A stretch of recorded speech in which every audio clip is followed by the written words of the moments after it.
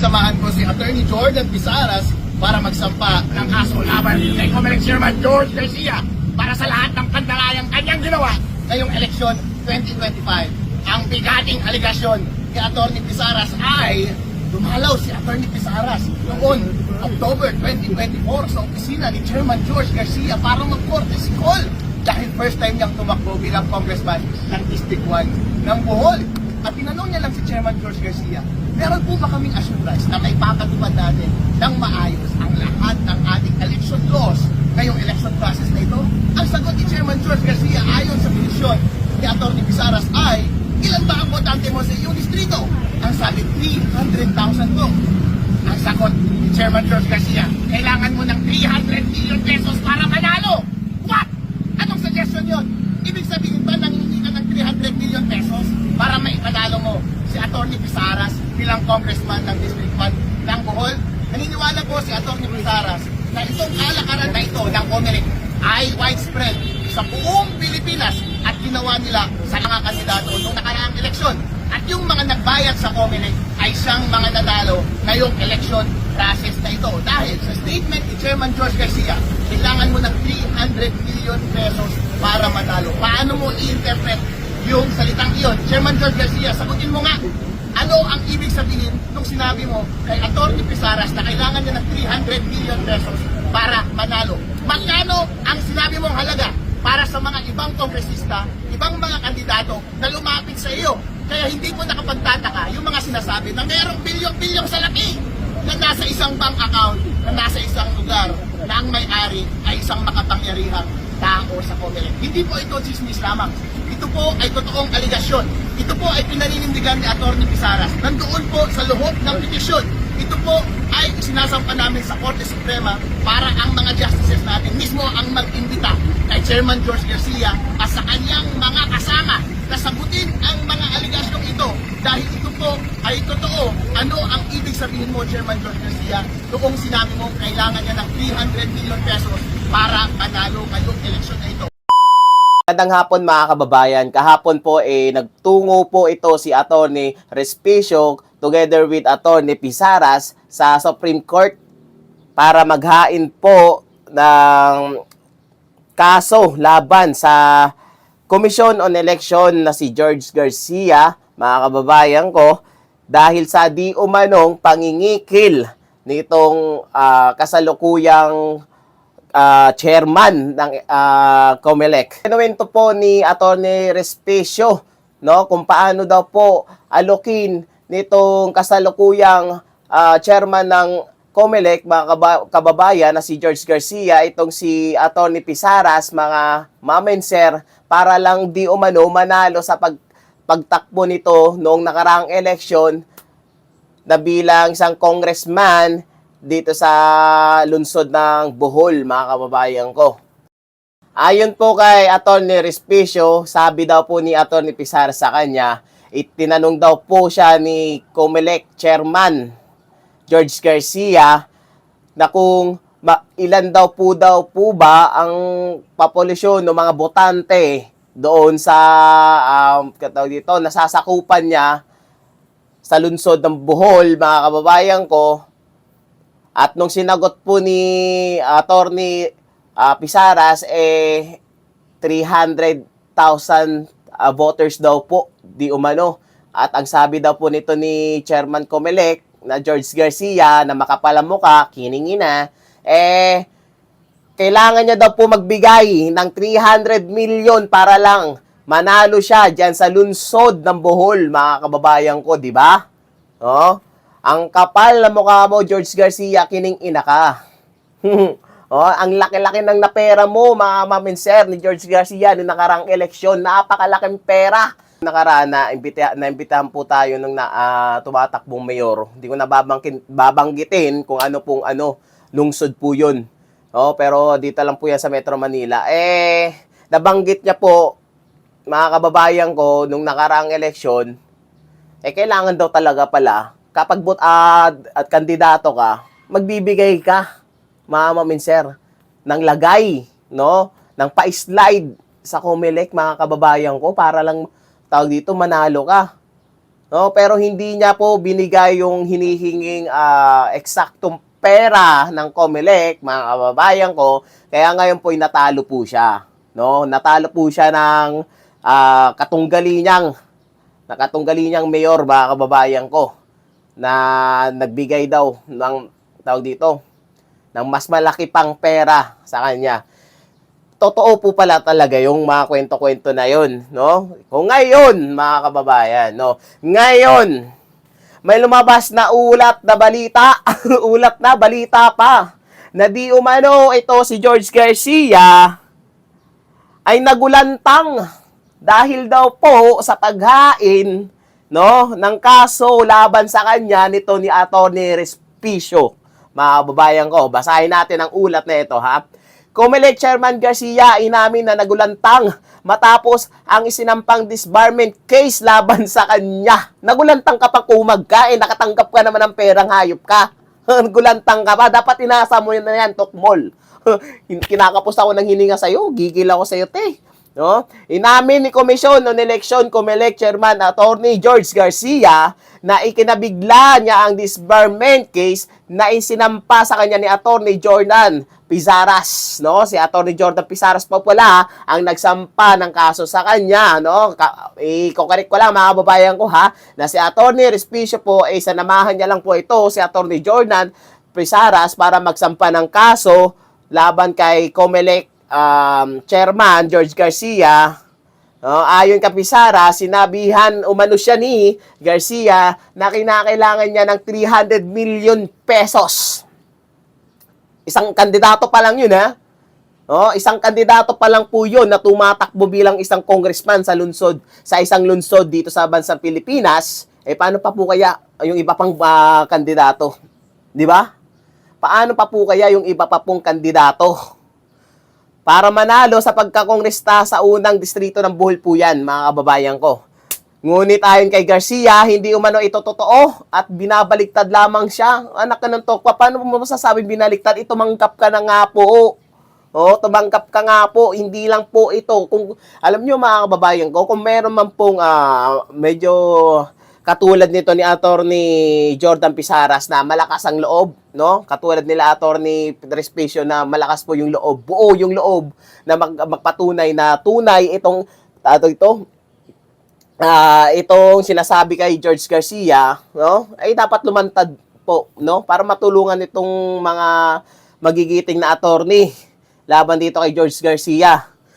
Sabi ni George Garcia, mga babayan ko, ako po ay nagulat at nagulantang doon sa file na kaso laban sa akin sapagkat ako po'y mukhang nabaliktad sa bagay na yan. Paano ka nabaliktad? Paano ka nabaliktad, George Garcia? Paano ka nabaliktad? Ikaw nga tumanggap ng pera. Bakit ikaw ba'y nagbabayad? Para sabihin mong nabaliktad ka? Hello, Garcia ka ngayon. Mga kababayan ko. Sa bagay, mga kababayan ko, tayo rin naman po ay nagulantang kasi sa ginawa nitong COMELEC, no? Talo na nga, nakaupo pa, papaupuin pa ho, mga kababayan ko. At alam ko naman, nabalitaan nyo na po yun, no? Yung balita na, tawag dito, si Abante, na kung saan tinalo nito ni Oy, papaupuin pa. Dahil daw po si Oy ay disqualified DQ.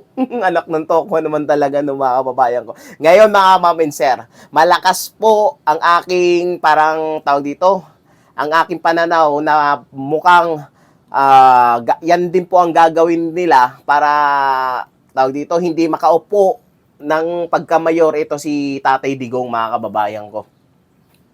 No? Ayan din po yung gagawin nila. Gagawa po sila ng way para hindi makakaupo ito si Tatay Digong, no? Hindi makakapag-take out, di ba?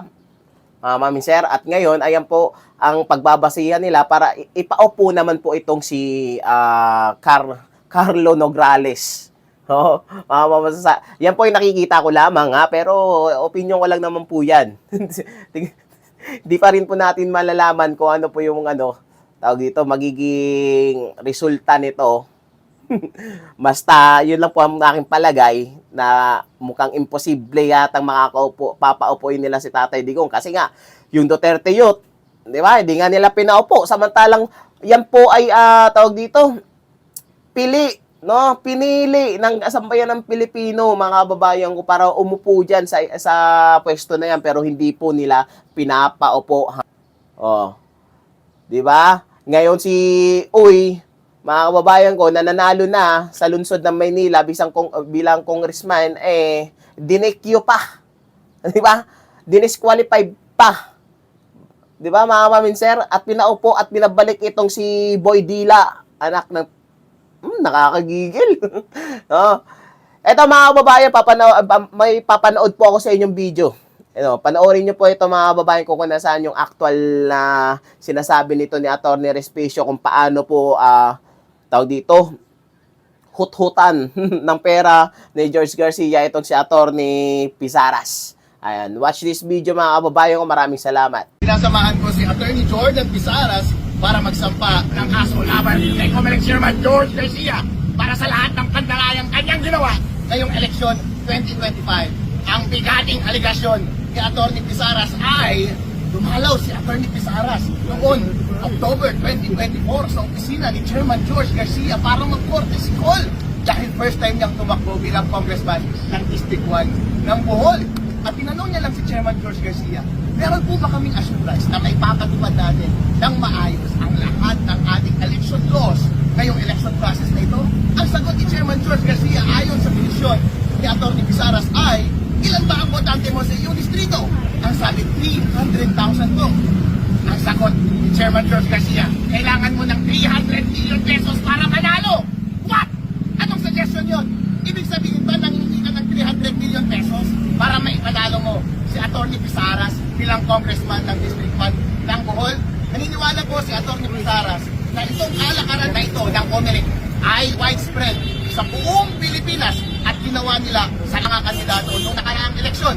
At yung mga nagbayad sa Comelec ay siyang mga nanalo ngayong election process na ito. Dahil sa statement ni Chairman George Garcia, kailangan mo ng 300 million pesos para matalo. Paano mo i-interpret yung salitang iyon? Chairman George Garcia, sagutin mo nga, ano ang ibig sabihin nung sinabi mo kay Atty. Pizaras na kailangan niya ng 300 million pesos para manalo?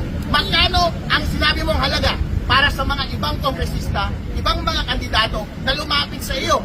Kaya hindi po nakapagtataka yung mga sinasabi na mayroong bilyong-bilyong salapi na nasa isang bank account, na nasa isang lugar, na ang may-ari ay isang makapangyarihang tao sa Comelec. Hindi po ito chismis lamang. Ito po ay totoong aligasyon. Ito po ay pinaninindigan ni Atty. Pizaras. Nandoon po sa loob ng petisyon. Ito po ay sinasampa namin sa Korte Suprema para ang mga justices natin mismo ang mag-imbita kay Chairman George Garcia at sa kanyang mga kasama na sagutin ang mga aligasyong ito dahil ito po ay totoo. Ano ang ibig sabihin mo, Chairman George Garcia, noong sinabi mo kailangan niya ng 300 million pesos para manalo ngayong eleksyon na ito? Kasama po dyan yung maling paggamit ng Comelec ng version na software doon sa automated counting machine. Ito ba yung paraan para isagawa ninyo yung daya na inyong ginawa? Ang na-audit po ay version 3.4. Bakit nyo ginamit yung version 3.5? Nandun ba sa version 3.5 yung daya na inyong in-implement? Ganon din po ang maling pag-implement ng Comelec pagdating sa transmission ng mga election results mula doon sa automated counting machines papunta sa mga servers. Ang sabi po ng batas, diretso dapat mula sa automated counting machines papunta sa mga servers ang resulta ng eleksyon. Pero sabi mismo ni Chairman George Garcia na dumadaan muna pala sa data center 3 yung mga resulta ng automated counting machine. Therefore, namamanipulate po yung data sa gitna. Hindi po sinunod yung batas. Chairman George Garcia, sagutin mo po ulit ito. Ito po ba ay ulit ang inyong paraan para isagawa ang pandaraya noong nakaraang eleksyon? Chairman George Garcia, kailangan nyo pong sagutin lahat ng ito dahil lahat pong aligasyon na ito ay seryoso po. Kailangan nyo pong sagutin para sa susunod na eleksyon, hindi na po ito mangyari ulit. Ipinapasa na po namin sa inyo ang bola. Ang sagot na lang po ay nasa inyong bunganga. Sabihin nyo na lang po ang totoo dahil wala na kayong ligtas. Seryoso na po kami. Papanagutin po namin kayo sa Supreme Court. Kasama po sa prayer namin na ipalis pa Chairman George Garcia dahil karapalan po ang ginawa nilang mga paraan ngayong nakaraang eleksyon na ito. Sino po ba ang responsable sa pagsasagawa ng maayos na eleksyon? Hindi po ba ang Comelec, ang Commission on Elections? Sino po ang nagko-compose ng Commission on Elections? Mga commissioner na pinapangunahan ni Chairman George Garcia. Siya ang nagdidepensa ng mga palisiya na kanyang sinagawa. Meron bang taong dapat manabot sa proseso ito, lahat ng pandaraya at pagkakamali, walang iba kundi si Chairman George Garcia. Nanghihingi rin kami ng tulong mula sa National Bureau of Investigation bilang ahensya na dapat magsagawa ng investigasyon ng mga ganitong anomalya. Natignan nila itong mga aligasyon ni Atty. Pisaras kasi garapalan po ang pag-amin ni Chairman George Garcia. Gumamit sila ng illegal na equipment sa pag-transmit. Gumamit sila ng illegal na software. Hindi po ba yan paglabas sa ating omnibus election code? Dapat po, kung meron mang taong dapat makulong ngayon, walang iba kundi si Chairman George Garcia. Ano po ang pruweba doon sa conversation ninyo ni Chairman? May witness tayo. Sa tingin po ninyo, ang ibig sabihin nun ay perang bigay kay Chairman, hindi po pera para sa Actually, pagkapipan? at that time, hindi ko maintindihan bakit niya sinabi yun. Pero ngayon, naintindihan ko na. I was shocked. I literally fell off my feet. Nahulog ako sa upuan ko. Yan ang tone ng pagkandak ng eleksyon. Pera-pera. Hindi po basta-basta at hindi po biro ang ganitong mga aligasyon, mga kababayan. Dahil kapag pag-aaralan ninyo ang mga statement ni Chairman George Garcia, parang lumalabas. Kapag ilan ang bilang ng botante mo sa inyong locality, 1,000 kada isa. Kung kukumpitin nyo po, mas mura pa yan kaysa sa running rate ng bilihan ng boto doon sa ground. Kung ikaw ay nangangampanya, mas gugustuhin mo bang magbayad na lang ng 1,000 pesos sa Comelec o bumili ng tigpa 5,000 pesos na boto? Eh nalugi pa yung mga gustong magbenta ng boto na ating mga kababayan. Asisihin nyo si Chairman George Garcia, sila ang yumaman. Siya ang gumawa ng illegal. Pero pag-isipan nyo po ng mabuti. Kasi marami po ang nagsasabi na maraming mga nangampanya ngayong eleksyon na ito na hindi na nag-effort na mangampanya. Hindi na rin po silang mag-effort na bumili ng boto. Dahil everything comes together po. Kung totoo po ang alegasyon ni Atty. Pisaras, ang lumalabas po, mas economical para sa isang mandarayang politiko at kandidato na bayaran na lang ang Comelec para dayain ang eleksyon at para manalo ka. Huwag nang mangumpanya. Huwag ka nang magplataforma. Huwag mo nang kumbinsin ang taong bayan. Huwag mo nang ipakita ang iyong karakter. Magnakaw ka na lang pag nakaupo ka at sa susunod, bayaran mo na lang ang Comelec. Witness ko si Atty. Harold, expert witness. Ako po ay magwi-witness doon sa kaso dahil gusto ko pong patunayan na ang nagamit doon sa ating mga automated counting machines ay version 3.5 at hindi version 3.4. Kailangan ipaliwanag ni Chairman George Garcia ang maling paggamit ng software. Kailangan niya rin ipaliwanag ang maling paggamit ng intermediary server kapag nagtatransmit ka ng data mula sa automated counting machines papunta sa mga servers. At kailangan niya rin ipaliwanag ang aligasyon ni Atty. Pisaras na bakit mo sinabi na kailangan niya ng 300 million pesos para manalo ngayong eleksyon na ito. Kung iisipin mo po, lahat ng mga facts na ito, hindi mo kailangan ng napakatalinong utak para mag-derive ng reasonable conclusion. Tanong lang po, Chairman George Garcia, nandaya po ba kayo? What is involved here is the national interest. The right of every Filipino to elect their officials. Ngayon, wala nang ganon. Kahit na lang sa sino binabayaran. All of a sudden, lumabas na lang. Elected official na. The evidence wala. The responsible people should be fined. Definitely maraming irregularities na na-observe. Number one, yung maling paggamit ng software.